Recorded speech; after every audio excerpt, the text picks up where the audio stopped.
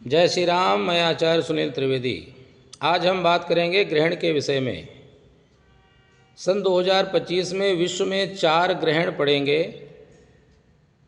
इसमें से भारतवर्ष में सिर्फ एक ही ग्रहण पड़ेगा।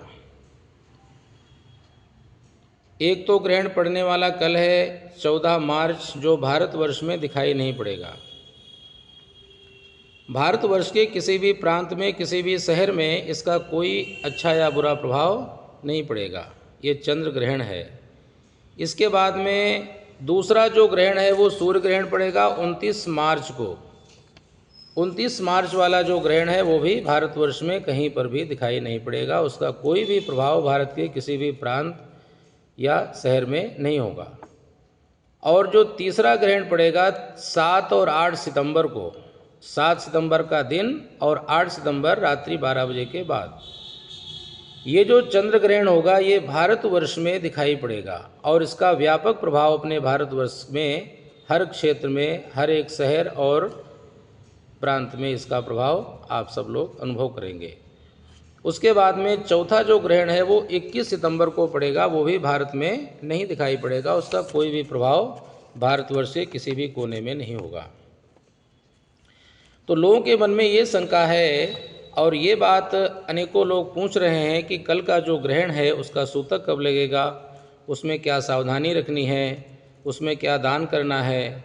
तो मैं आप सभी लोगों से ये कहना चाहता हूँ कि जो भी ग्रहण जिस शहर में या जिस राज्य में या जिस देश में होता है, उस ग्रहण का अच्छा या बुरा प्रभाव उसी जगह पे होता है।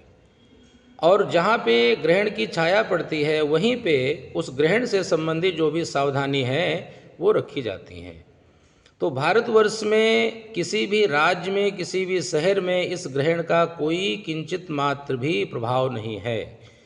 इसीलिए विशेष करके जो बहनें जो गर्भवती होती हैं उनके मन में चिंता रहती है, क्योंकि गर्भावस्था में शिशु की सुरक्षा को देखते हुए जब ग्रहण काल आता है तो किसी भी चीज़ को काटना नहीं चाहिए।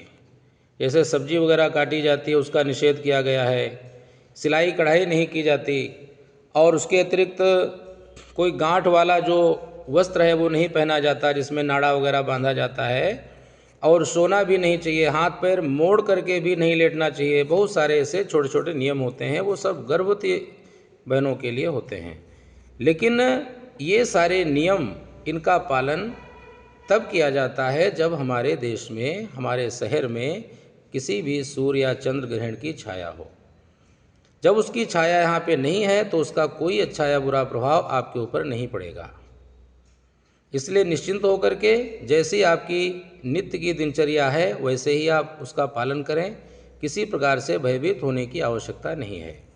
ये जो 14 तारीख का ग्रहण लगने वाला है इसका प्रभाव अमेरिका में होगा, कनाडा में होगा और ऑस्ट्रेलिया में होगा, अफ्रीका में होगा जो पूर्वी अफ्रीका है। इसके अतिरिक्त एशिया में, यूरोप में और दक्षिण कोरिया में, जापान में और आर्कटिक महासागर, इन जगहों पे ये जो कल वाला ग्रहण है इसका प्रभाव पड़ेगा। इसके बाद में जो 29 मार्च 2025 को सूर्य ग्रहण पड़ेगा उसका जो प्रभाव है भारत में बिल्कुल कहीं भी किसी राज्य में किंचित मात्र भी दिखाई नहीं पड़ेगा, उसकी छाया नहीं होगी। इसलिए भारतवर्ष में 29 मार्च वाले ग्रहण का भी कोई प्रभाव नहीं रहेगा।